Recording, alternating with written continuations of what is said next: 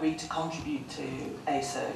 I wonder what specifically, if anything, you've committed to, and whether or not those 12 countries that have committed were disappointed by the lack of response from other member states. And also, if you could say, what does ASERG mean for the ASF and its rapid response capability? Thank you. Thank you very much. I think this issue is a temporary and an issue which has to be worked out before we have the standby force of the African Union. A temporary transition mechanism when there is a need for rapid deployment that is materialized. So we will come together. We have given this assignment to our chiefs of staff of defense forces, and they will take care of it. And I think we will materialize it very quickly. So thank you very much. I think this is.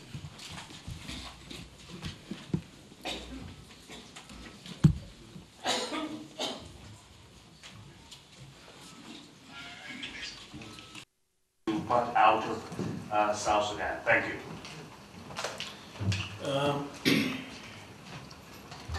As far as our relations with Egypt is concerned, I think you have to see the perspective and why we are working very closely with three countries, Egypt, Ethiopia, and Sudan. We don't see that there is standoff, because we see that in 21st century we need to come together and have a cooperative framework to negotiate and work for the future of our countries. So we agreed on our last meeting in Khartoum that we'll come back again after consultation with the respective organs in Egypt. The Egyptian side has requested that this has to continue. So I do not have any doubt that this dialogue will continue for the future, because that's the only way we have to resolve the differences we have, and also to have a win-win solution to this issue. So in this regard, I believe that the 21st century is for cooperation and working together. And if there is any problem that has to be settled, then it should be settled by dialogue. So I don't see that there will be war, and I don't think that the Egyptian government also has this policy.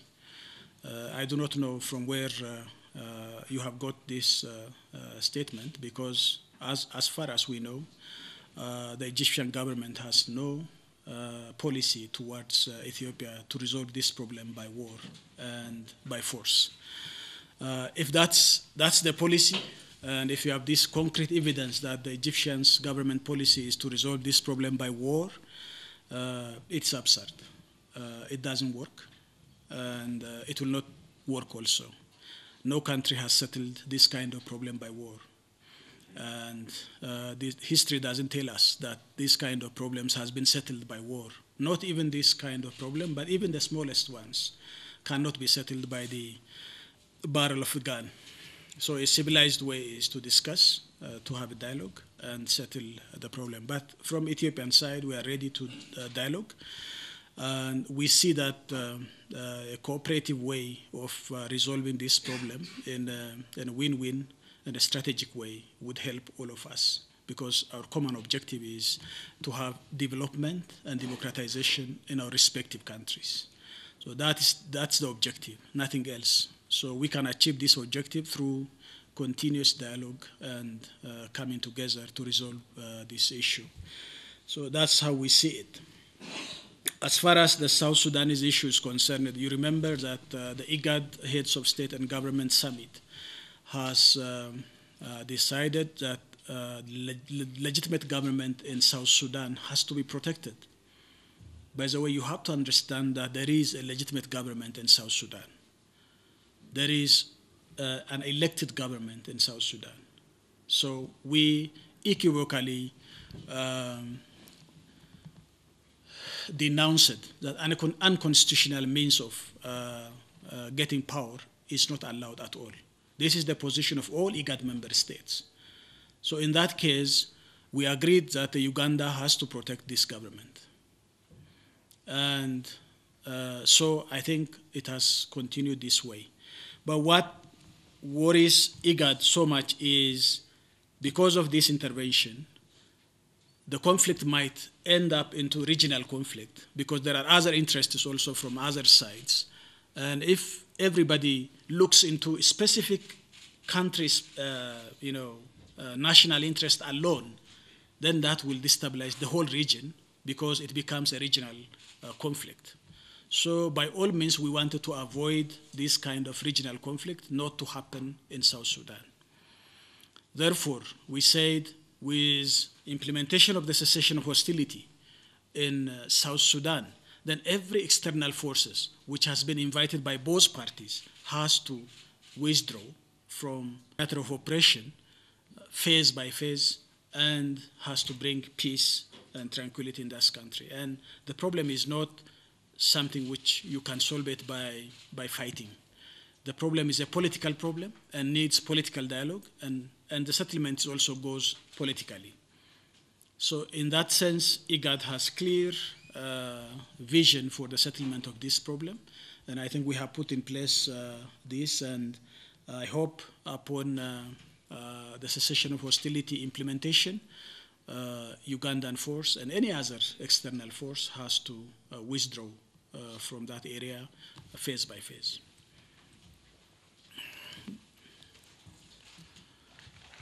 Thank you, Prime Minister. William Davison from Bloomberg News. I just want to ask you about the government's economic policy and one particular project. You decided to recently license Reykjavik geothermal for a large-scale energy generation project. The type of project obviously normally done by the power corporation, the state-owned power corporation. Why did the government decide at this time to license a private entity to engage in that type of project?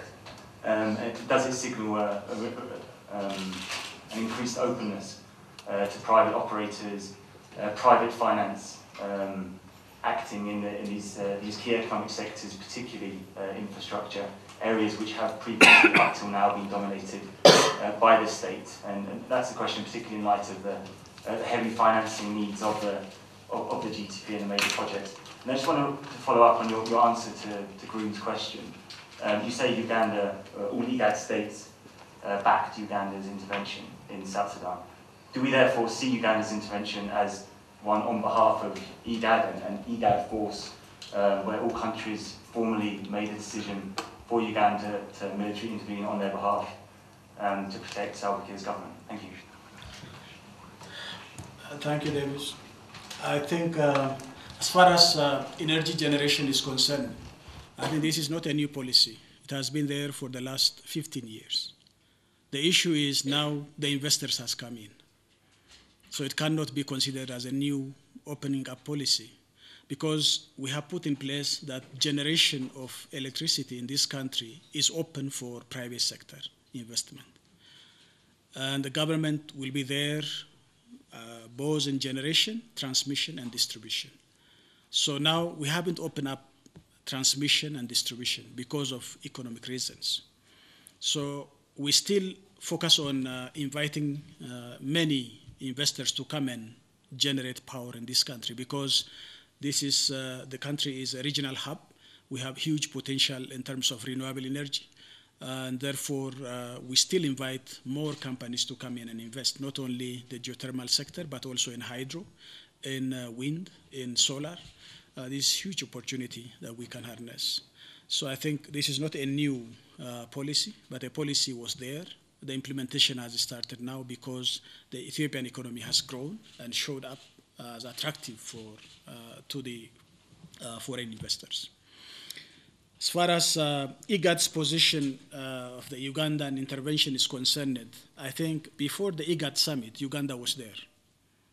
So the only thing we decided is that we have to protect the legitimate government. There will not be any unconstitutional change of the legitimate government. This has to be very clear. This is not IGAD's position only, it's also the African Union position. Unconstitutional changes of governments will not be allowed by all means. So I think as a member of the African Union, all of us are obliged to protect a legitimate elected government.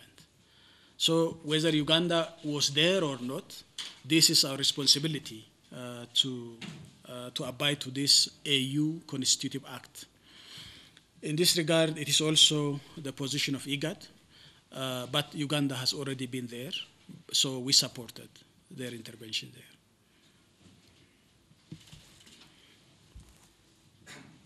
Thank you, Prime Minister. Aaron Marshall from Reuters. I wanted to ask you about Somalia.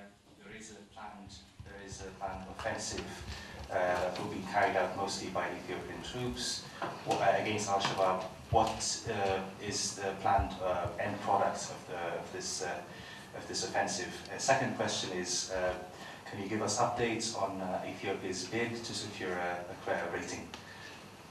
ratings?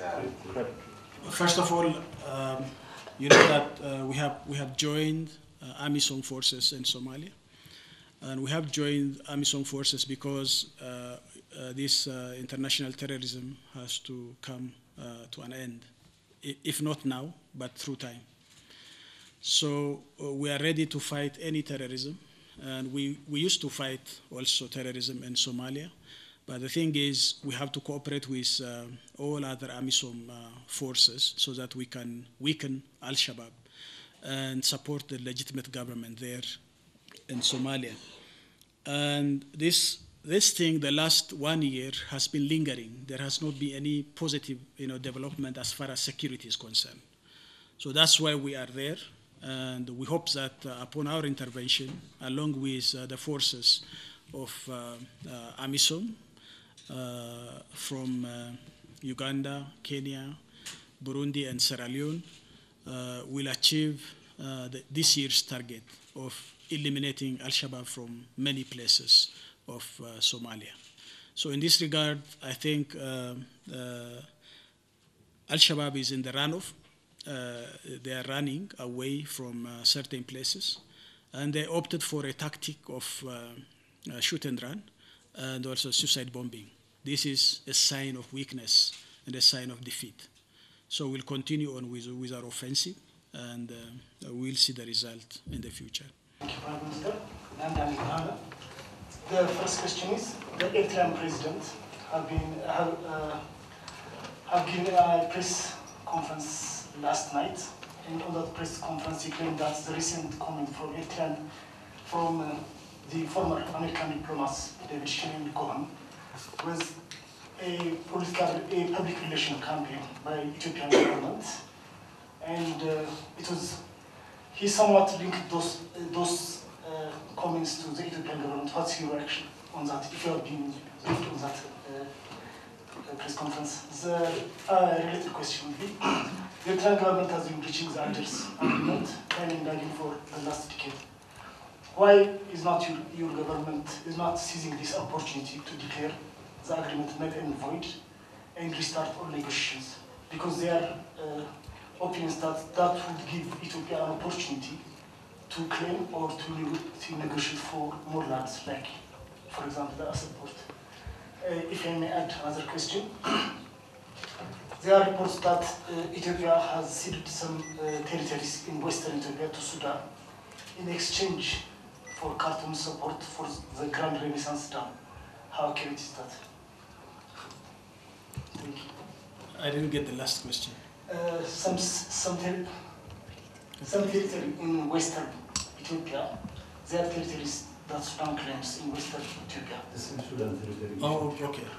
And Ethiopia gave lands to Sudan in exchange for her support on the dam.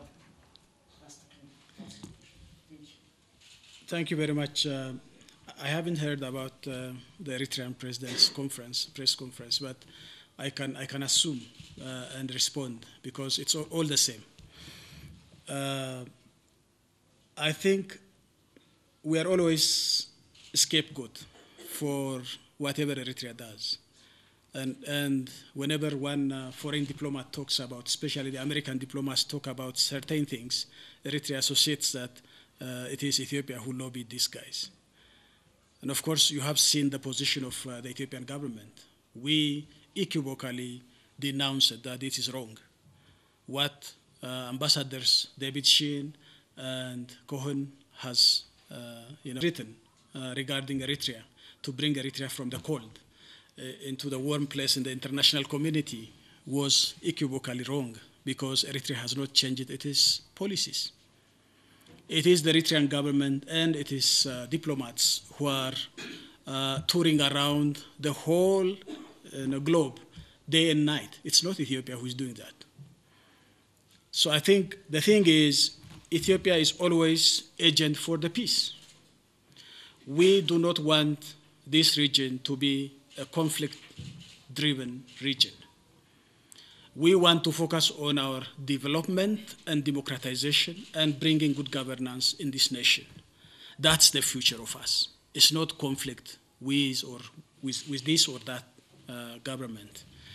So that, because of that, we have put in place a normalization and peace policy on our table for the last 9 years. We haven't got a response from the Eritrean side because there is a deaf ear there. So that's our problem. So in this case, we do not want to go into conflict upon territory or whatever. What we need is to normalize our relations with Eritrean people, basically, because it is the people who are suffering there in Eritrea. And in this regard, we still want peace to prevail in this region, and we want dialogue with the Eritrean government without any condition. But this policy has not been materialized for the last 9 years, and I don't think it's going to be opened up in the future also very quickly until this regime dies. So I think the thing is, Eritrea should come to its mind, especially the leaders. They should think twice that peace has a dividend and therefore bring peace in the region. But we have a standing policy that we have to announce time and again. That is, the Eritrean regime is destabilizing the region, the Horn of Africa in general, not only Ethiopia, but the whole region. So if Eritrea continues on sending these destabilizing forces based on Eritrea, trained, supported with diplomatic support and also financial support, arms and ammunitions, then until now we are watching whether they destabilize us or not, or try to destabilize us or not. If anything happens, we will immediately give proportional measure. That's our standing policy. You know, we have taken this proportional measure earlier. And since then, the regime has stopped, trying to directly come about it. But now, if they continue on doing this, again, our standing policy will be there. But that doesn't mean that we are detracting from our peaceful agenda and our peace points. We are always for the peace. The ball is in the courts of the Eritrean regime. It depends on them. So ours is only self-defense based on the international law. So I think this is how we see it, and that has to be seen accordingly. And as far as seizing this opportunity to make the Algiers Agreement void and nil, and bring about changes in Eritrea and so and so, that's not our mandate. We will not go for that. That detracts us from our peace points, which has been established there already. And Assab is an Eritrean territory. It's not Ethiopian territory. So we firmly believe that it is Eritrean territory, and we don't want to aggress any country's territory at this time. So EPRDF's and EPRDF government's position is very clear as far as Assab is concerned.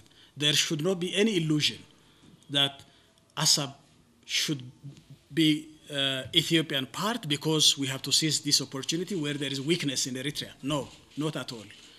We do this because as a matter of principle, we abide to principles rather than emotions. So I think as far as we are concerned, Assab is Eritrean territory, and this government will not try anything to seize Assab port at this time. But upon the normalization of our relations, we know that this port will serve us and also the region in general. And that can be an asset that can be used for economic prosperity of this region. As far as the Sudanese question is concerned, I think we have to understand the historic background of this issue. The border issue between Sudan and Ethiopia has no confusion or anything that has, brings any kind of doubt. Because the agreement has been signed between the government of Sudan and the government of Ethiopia, not now, but by the time of Emperor Menelik. And by that time, the government of Sudan was under the British protectorate. So that agreement has been evaluated next to it by Emperor Haile Selassie and its regime. And again, Emperor Haile Selassie equivocally agreed that this agreement has to be binding. Similarly, during the Derg regime, the Derg also has tried to study by sending professors from university and other professionals, and the Derg regime also equivocally, endorsed this agreement is binding. So there is no other agreement that the EPRDF government has to bring into force. So I think that agreement is a binding agreement, and the only thing is implementing that border agreement. That has been already delimited and demarcated. The only thing is putting posters on the ground. So we have no issues with Sudan. There is no land that you are giving now, or no land that you are taking it now, because the agreement has been signed long ago. And that's a binding agreement. And any country who goes against this agreement is a trespasser. So we don't want to be on that side. What happened now is the Sudanese government was even generous enough. During the 1996 Ethiopian calendar, there has been small clashes between Sudan and Ethiopia because of the reason the attempt to kill the Egyptian leader, Hosni Mubarak, in Addis Ababa. During that clashes, farmers and investors from the Sudanese side has left certain part of their land, and Ethiopian investors and farmers has occupied that land. The Sudanese government was generous enough by saying that until we demarcate this border, let them be there. I don't want to, evacuate them from that occupation, of the land that they are plowing now. So I think we have a very good relations with Sudan, and the agreement has already been concluded during the reign of Emperor Menelik, and there is nothing that you give or you take, because the agreement is already concluded. You cannot change it. So why this happens? I can tell you that this happens because during the 2004, the issue has been raised, and we responded exactly the same answer, what I'm doing today. And again, after 5 years, in 2009, the same question has been raised. And late Prime Minister Meles in Parliament has given extensive explanation about this and responded. And again, after 5 years, now the same question is being raised. Whenever there is election coming, some people think that every 5 years this question has to be raised. So that's the main reason. Otherwise, there is nothing new which has been agreed upon between Sudan and Ethiopia, which is different from what has been agreed earlier. Yes. Hi there, Joni Conway from Agence France Presse. I just just want to return to the topic of Somalia. If you can shed light on why Ethiopia decided to integrate its troops into Amazon, there's been some speculation that it was to shift the financial burden to Amazon. And regarding the plans to turn the mission into an offensive mission, would Ethiopia consider increasing its troops from the numbers already on the ground? And if you can provide any insight as to exactly how many are on the ground. And finally, on a related subject, just to talk about the current threat that Al-Shabaab poses here in Ethiopia. There was an announcement a few months ago that there was a heightened alert, and whether that has changed or will be changed considering Ethiopia's integration into Amazon. I think the way of Ethiopia's joining the AMISOM is concerned. First of all, the main issue is we have to integrate our forces in order to have a command and control so that we can be effective in the process. The second issue is, the main issue is the Somali government has requested Ethiopia to be part of this process because they thought that with the regional forces already on the ground, if Ethiopian forces join by the extra which has been decided by the UN Security Council, then that will help. I think the decision has come first that the number of troops in Somalia has to increase because, as I told you earlier, there has been lingering progress. So as per the decision of the UN Security Council to increase by 4,200 troop number, the AMISOM, then the government of Somalia requested Ethiopia to get in there because will be effective if Ethiopia joins these AMISOM forces. So I think that's one. The second issue is we are also very keen to see that this happens because after Westgate incident, the region has to cooperate much more stronger now than ever and to eliminate Al-Shabaab as quickly as possible from the region. Because Al-Shabaab has become a threat long ago to this region, but because of the frustration of their defeat, they are trying to terrorize the region. So no one of us, I have given you a press statement earlier during the Westgate incident that no one of us are immune from the Al-Shabaab's threat. So the difference is how much we control and keep ourselves safe from Al-Shabaab and become alert. So I think we are always in alert because Al-Shabaab is trying to destabilize the region and continue to do so, and we have to be alert every time and now. So that's the main reason. But in addition, that we have been complaining about the financing because we have been paying from our coffer. And it means that for a country like Ethiopia, which is developing and constrained of finances, it becomes very difficult to stay for a long period of time in Somalia by paying from our own pocket. So that also helps us. But it's not the main reason because Ethiopia has been there for a long period of time without joining the AMISOM. But this time we increased the level of troops and also force enablers, which we couldn't do that during our stay before joining AMISOM. So now we are in full force. So that's the difference when we join AMISOM. As far as the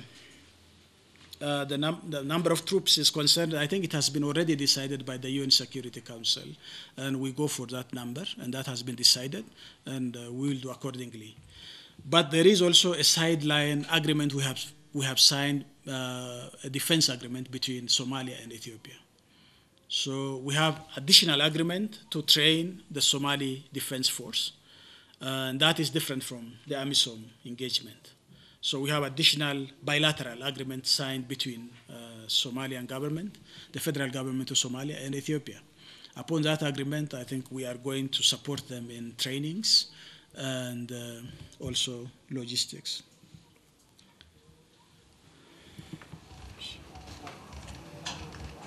Thank you, Prime Minister. I'm Elias from the Associated Press. My first question is about the situation in South Sudan. You said that it's IGAD and both the African Union's stance that some regional forces like Uganda enter to South Sudan and protect the government. Do you foresee the deployment of troops in South Sudan if there is a need for it in the future? And the second question is the US government has announced just 2 days ago that foreign troops that are invited by both sides should by phase withdrew from the country. And that is, I think, contradicts with what the IGAD and African Union position is, because you said that they are invited and they should protect the government. So what's your take on that? And my last question is, the situation in Egypt, current trends show that General al-Sisi is going to be the next leader of Egypt. Do you think that it will become a bit harder for the Ethiopian government to negotiate on the dam and on other issues because the military government is expected to be in Egypt, or do you think the civilian government is better for that? Thank you. First of all, as far as South Sudan is concerned, I have clearly mentioned that we will not have and we shouldn't allow any regional conflict that many countries coming in. This is internal South Sudanese issue, and it is political by nature, and therefore it should be settled politically. So you don't need Ethiopian force, Ugandan force, or any other country's force there. You can't solve this problem by force. This problem can only be settled by political means and political engagement. We fully believe that this should happen. And Ethiopia works for peace and political settlement of this problem. I hope the South Sudanese leaders will understand that this is a political problem that has to be settled internally without any intervention from outside. This is our policy, and we'll continue with that policy. So we haven't evaluated that there is a need for external forces to come in. Rather, the phased withdrawal of external forces will help the political process to take place. That is our stand. And that's IGAD's stand, by the way. It's not only Ethiopian stand. So I think that has to be understood. As far as the US side's press statement is concerned, I think it is exactly what IGAD has said. You know, it's not different from what IGAD in its communique last time. So it is a phased withdrawal, and I think that's what IGAD also has mentioned in the communique, and it completely tallies what we have said. As far as the Egyptian issue is concerned, let's give Egyptians the chance to determine their leaders. If they elect General Sisi, I am ready to work with him because he is elected leader of Egypt. It's not, none of us can decide their leader for themselves. It is the Egyptian people who can decide their leader.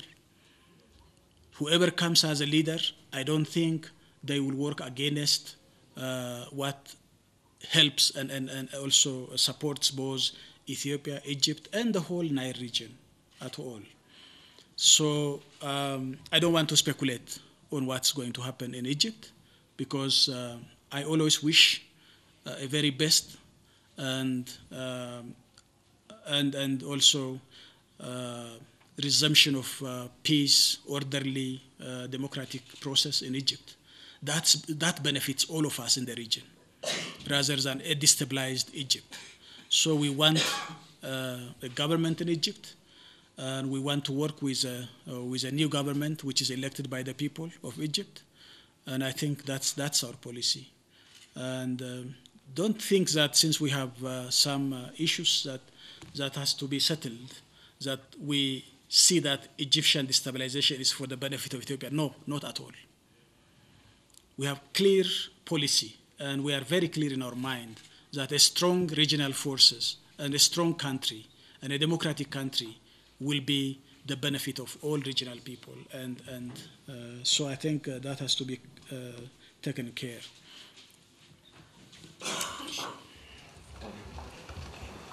Thank you, Prime Minister. Aman Sethi from The Hindu. Just one question still on South Sudan.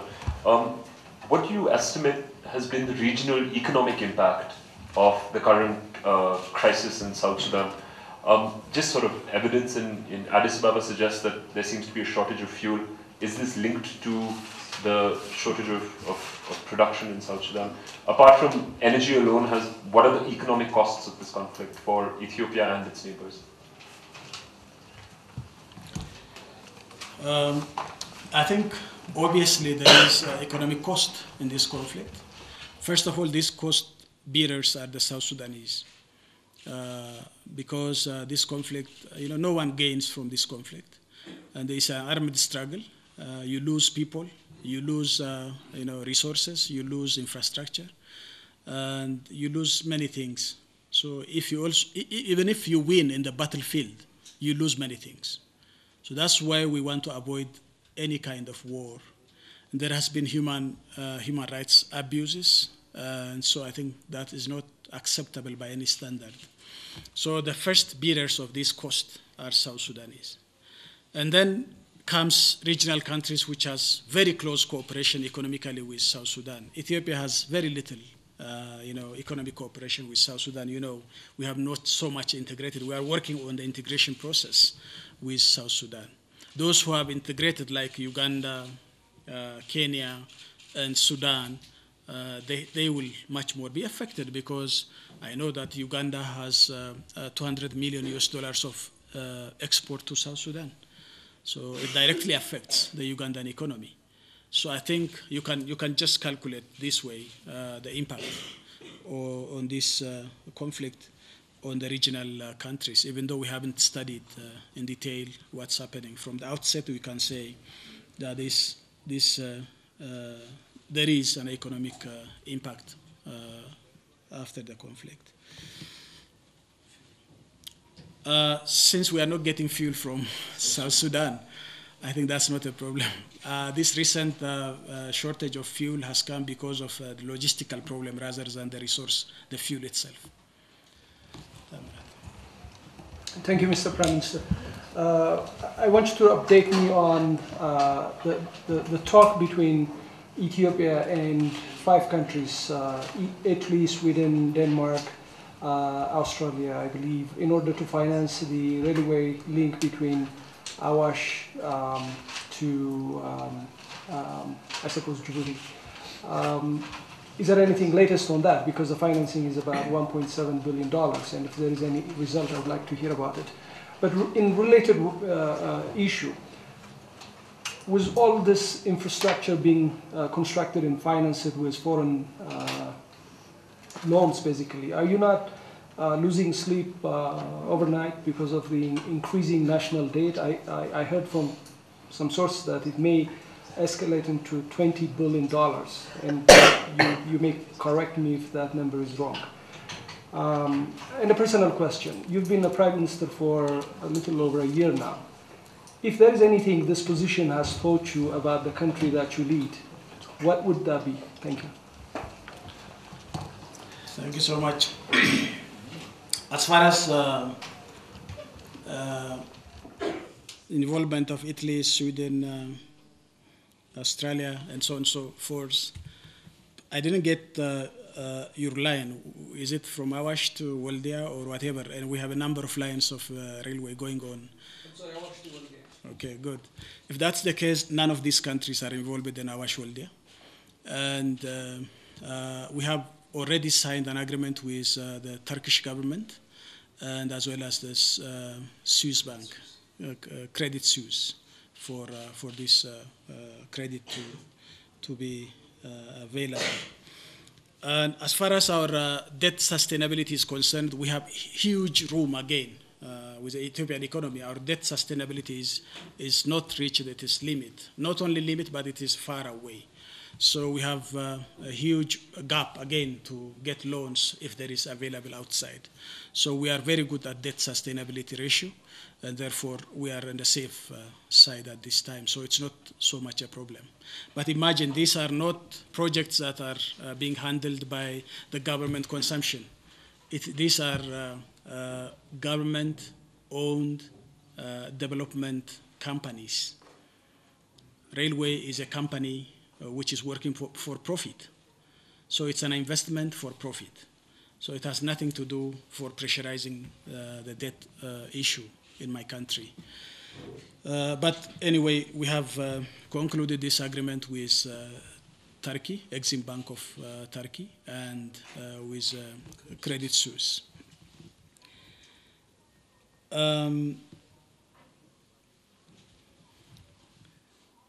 I think the second question also has been responded along with the first one. We have very good debt sustainability ratio, and that has to be taken care. I wonder what specifically, if anything, you've committed to, and whether or not those 12 countries that have committed were disappointed by the lack of response from other member states. And also, if you could say, what does ASERC mean for the ASF and its rapid response capability? Thank you. Thank you very much. I think this issue is a temporary and an issue which has to be worked out before we have the standby force of the African Union. A temporary transition mechanism when there is a need for rapid deployment that is materialized. So we will come together. We have given this assignment to our chiefs of staff of defense forces, and they will take care of it. And I think we will materialize it very quickly. So thank you very much. I think this is it.